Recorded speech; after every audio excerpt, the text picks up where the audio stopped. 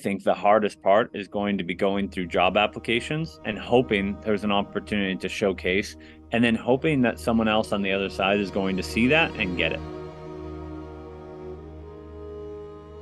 Hey, James, how's it going? Hey, morning, mate. Well, it's not morning for you. Yeah, that's it. It's about 3:18 here. But welcome to Undeniable Sales 101.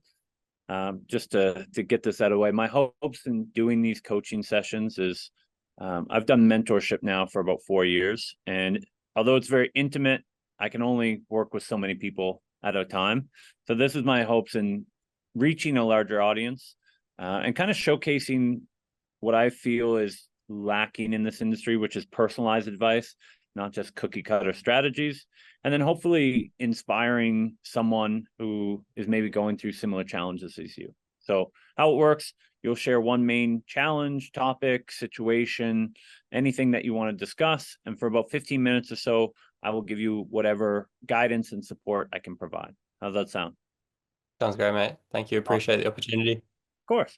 But what can I help you with? Yeah, so I'm pretty new to the industry after changing from my previous industry, which was education. Got a Hmm. long background as well in other roles and industries. And for myself, I'm really wanting to get some advice on how I can utilize all that past experience to kind of like accelerate my progress and maybe utilize that to create better opportunities for myself rather than just following like the linear kind of traditional pathway that people Okay. take in the space. Perfect. So, what? Tell me a little bit more about your background in education. Yeah, I was a high school physics and mathematics teacher for Okay. going into my sixth year this year. Came into that because I had an engineering qualification previously that didn't really work for me just because I was a different type of person to a lot of engineers. So I just Hmm. didn't really enjoy it. So in between that, I ran my own business, doing music events and touring artists Oh, into Australia and selling those tours as well. So I did that for about 6 years. And then I was working in hospitality as like a sommelier. And yeah, and then that I transitioned into education from there. So that's the beautiful. career history. So, I see a lot of transferable skills, but I'm curious, based on your experience, what do you feel is most transferable, or what have you identified? A couple things like I kind of naturally developed, I think, a teaching style that's very transferable into sales, really built around like Socratic reasoning and questioning to Mm. help my students come to the understanding themselves rather than actually trying to tell them or teach them. So that's something that I see as being a skill that's easily transferable into the sales space. Definitely have that entrepreneurial kind of nature, or, already having started and built my own business successfully as well. And just having that engineering training, and just naturally, I just have a mind for, building, creating, and like optimizing systems and stuff like that. So that's kind of the three things that really come to mind straight away. You beat me to it. It made my job easy. I mean, especially when you look at what sales is, right? It's facilitating better decisions, in my mind, anyways. You'll probably get a different definition depending on the trainer you ask. But for me, we're there to facilitate the best decision possible. And you touched on something that I think is so important in that if I tell you something versus if I allow you to see it for yourself, you and I both know which one is more powerful. So I really like that approach, especially when it comes to decision making, because you're equipping the students with the ability to make better decisions to get the desired outcome they want, whether it's, a fitness program or, a high school degree, it's an outcome, right? And so facilitating outcomes is the cornerstone there. And I think you did a brilliant job of transferring it. Now, the challenge being, I believe that all of those things transfer. I believe that the engineering mind and being able to problem solve and understand that there's a solution to every problem and being able to think about it logically and remove some of the emotions from it, I think that that plays a factor. And I think the entrepreneurial skills of being able to book, there's sales directly there. So I would be gravitating towards I would probably showcase the entrepreneur background. The only reason I say that first is because it's the thing that most people are likely to transfer. So I want to get them where I don't have to educate them and then introduce the others and showcase the connection there. That's kind of how I would approach it, right? It's like, what's most relevant, and then how can I kind of bring the other two in to become very well-rounded. Now, this is a very well-rounded background, which is nice. The other aspect, because to me, it sounds like you have a really good handle on how to connect the dots and showcase that transferable skill. The challenge for me then is, when do we get the opportunity to do so? And I think the hardest part is going to be going through job applications and hoping there's an opportunity to showcase, and then hoping that someone else on the other side is going to see that and get it. So to me, it's not so much a matter of how to figure out how to communicate those transferable skills. It's when and who to. And to me, it's screaming content. Now, that is something that not a lot of people want to do, but it's a huge competitive advantage here. In that, as I'm communicating these things, again, I'm taking the things that most people are kind of overlooking, or in that application process, there's 200 other people involved. They don't have the time and be like, oh, James, I don't know, it doesn't directly, but let's talk about it a little bit more. Let's get on a call with him and really find out what he's thinking about here. It's like, James, he's out, right? So what we have to do is bypass, and we have to create terms in which we are able to communicate. And for me, the best bang for my buck has always been content. To be able to showcase those and see who's engaging and what the conversation is, and allowing myself to communicate that in a consistent basis where people see it, they understand it, or they don't see it. Not everybody's going to see that direct translation or value it, but what we're doing is we're giving people an opportunity to say, oh, that makes sense. So content around why teachers make the best salesperson. I would love to see something like this, right? Why you need more engineers in sales, right? Like, having these conversations. I've given this to students. It's different, but I've talked to students from India, and oftentimes they're kind of ruled out just based on the location. And they build these limiting beliefs and kind of just accept it. And I'm like, well, when was the last time you created content of why working with someone from India is the best thing ever? When are you talking about your culture and what you've grown up and the education system and all the things that you've learned and why you are the best fit? If you don't balance the scales, how is someone just going to understand that?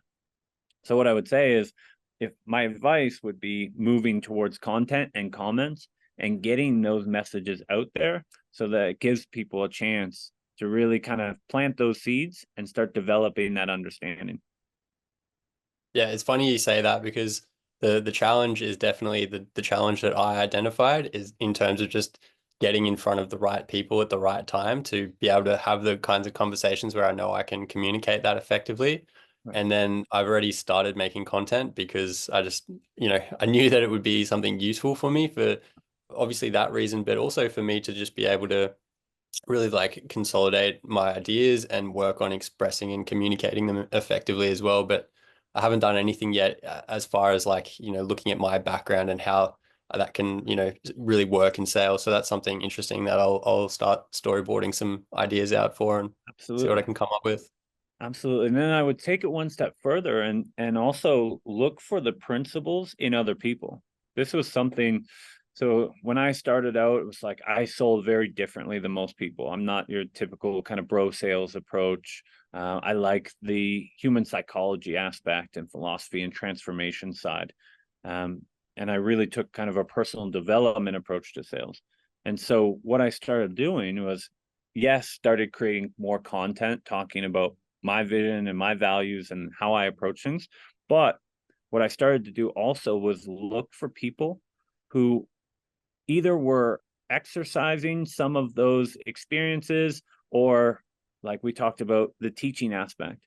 I would find great teachers, so coaches who implement a teaching style very similar to yours, because you know that there's going to be a connection there. It's very hard for someone to say, oh, I don't value the thing that I'm expressing.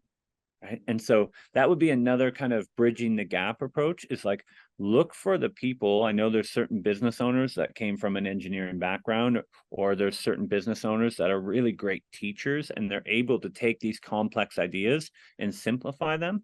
And then that becomes the conversation, that becomes the focal point. because it's an instant connection.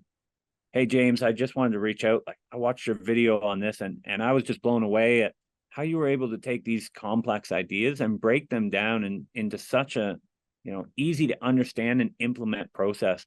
It really reminds me of, my teaching experience, or it resonated with me because of this. Now all of a sudden there's a bridge to connection there, and you're kind of cherry picking the people who are most likely to value what you bring to the table. Yeah, again, it's funny that you say that because what you mentioned about philosophy, psychology, personal development, that's everything that I've kind of naturally gravitated towards in both my adult life, but then also in thinking about and approaching sales as well. And the people that I've started like connecting within the space are all coming from that kind of angle as well.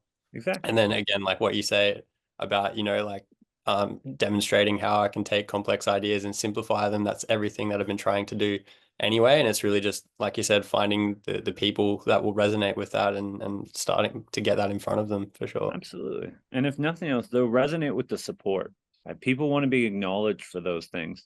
And so finding that and starting in that supporting cast as you're developing your voice and kind of consistency in your brand, find the people who you really resonate with and just go in at that supportive level without figuring out what's going to be next or if there's an opportunity. And what you'll do is you'll build that tribe, and they'll get you, you'll get them, but from a supportive level first, you can't lose. You have Yeah, a and lot yeah, to bring into this. yeah, that's what I've been doing as well. Just because I've had to connect online with other groups of people in the past, and that's all it's something kind of like a natural like take on it that I've kind of developed. So it just feels very comfortable and easy to do. And I'm enjoying it again, actually, because there's lots of people in this space that I am connecting with quickly compared to in education, which I felt very isolated in because of my differences in perspectives and backgrounds and views and all that kind of, yeah. Yeah, it's one of those things in this industry where the people that are getting the most attention seem like they take up a lot of the space, but there's all these. One of the negative things about remote sales is that it kind of got flooded by people selling a dream, and everybody's in here, and a lot of people don't know. But one of the beautiful things about it is the diversity now. When I was growing up in sales, it was like you could kind of predict who was going to be in sales, and everybody else was like, you were either all in or you wanted nothing to do with it. There was no kind of idea of like introverted sales or heartfelt. It was like there was one kind of Wolf of Wall Street character, and then that was it. And now with this remote sales boom, there's so many opportunities. And when you take that with the coaching industry and the agency industry, you realize that it's the same thing on their end. And all of these misfits and kind of, characters that don't fit the norm are now gravitating towards each other and forming those alliances, and they're the strongest group. And so it's about finding people that have the same values, same interests, different beliefs, different experiences, and collaborating and realizing that one and one makes three. So forming those strategic alliances and forming those group chats and the conversations that don't always lead directly to an opportunity, but down the road, those alliances pay off. Yeah, and it's the connections, like you said, that like will lead to spontaneous emergence, I guess. And 100%. you can never predict what that would look like or when that will come, but it's just creating the conditions for that stuff to occur at some point. 100%. Yeah, I think most people are so transactional and like, what can you do for me right now? And a lot of those relationships, they might not lead to your next opportunity, but the amount of times where, 6 months in, a year in, I was able to transition quickly into another position because of those relationships. So playing the short game and the long game, I really think that's important. Yeah, for sure. And I'm definitely coming into it with both of those things in mind, trying to have a long-term plan and picture for myself of so I know why I'm doing the things that I'm doing and where that's going to take me. That's it. Yeah. Invest in those compounding interest activities. And so are you looking for an opportunity specifically in Australia, like Australian time zone? No, not specifically. Pretty flexible and open. Like ultimately, I want to be in the right opportunity. Hmm. Where it most aligns with my, my principles, my morals, everything like that, and the work that they're doing, and also the opportunities that I'll have for to contribute to the business, and also to grow and develop within that as well. So at the moment, just trying to get my experience up, so I have more sales experience to leverage from that perspective as well. But yeah, I'm pretty open to anything. So I'm just looking for the right thing more so.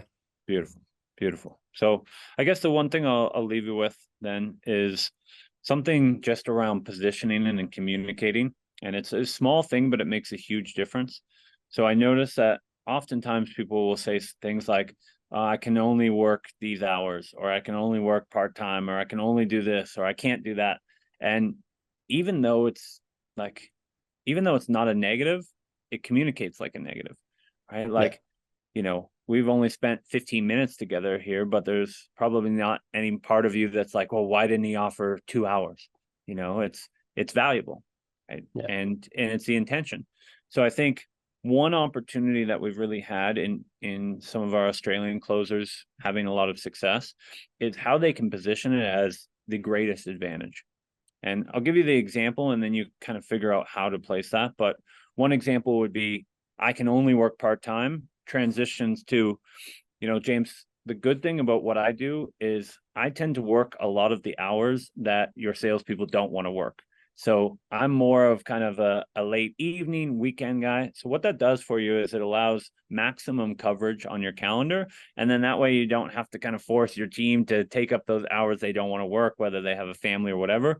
And what we found is a lot of clients, especially on B2C, like those evening and weekend time. So I've sold the same thing, but the way I position it has a totally different approach. And what I found when you're in Australia and you're pitching some of the Western world opportunities, when you can position and say, I don't need you to cover 40 hours a week. I have lots of time and availability, but the best thing is I can cover some of those early mornings that are hard to cover, some of those late nights. I'm just making an example, but always position it as this is the greatest opportunity for you, and here's why. Yeah, that's something I've already considered as well when I start having those kinds of conversations too, because it's just like you always want to frame it in how is this going to benefit the person that you're speaking with, I suppose, and it's the same thing. You're ahead of the game, James. You got all these Trying. things thought of. The biggest thing I would say that I've heard is just get yourself out there. Don't wait until you feel ready. You have enough experience, you have enough transferable experience that you're ready to go. Get yourself out there, put yourself out there. I think the market will respond really well, especially if you kind of bypass and have a strategy for bypassing applications. I think if you get in front of the right people, they'll see that you're ready to do this now. And I don't think you need any more experience than you already have. Yeah, that's what I'm working on now, the bypassing strategy, and yeah, so it's just great to hear that I'm already on the right track, and yeah, appreciate it. Absolutely. I appreciate you, James. Let me know how things go. Keep in touch, and keep me updated. Yeah, we'll do, JD. Thank you. All right, take care. Bye now. Cheers, mate. All right, that's it. I want to thank you for watching today, and I hope you received some value from this training session. Make sure to like and subscribe, and click the bell icon to be notified when we release the next training session. If you would like to be featured on a future training session, make sure to join our remote sales community on Facebook. I'll leave a link in the description. And if you have any questions or topics you'd like me to cover on a future training session, just leave a comment below. Appreciate you. Onwards and upwards.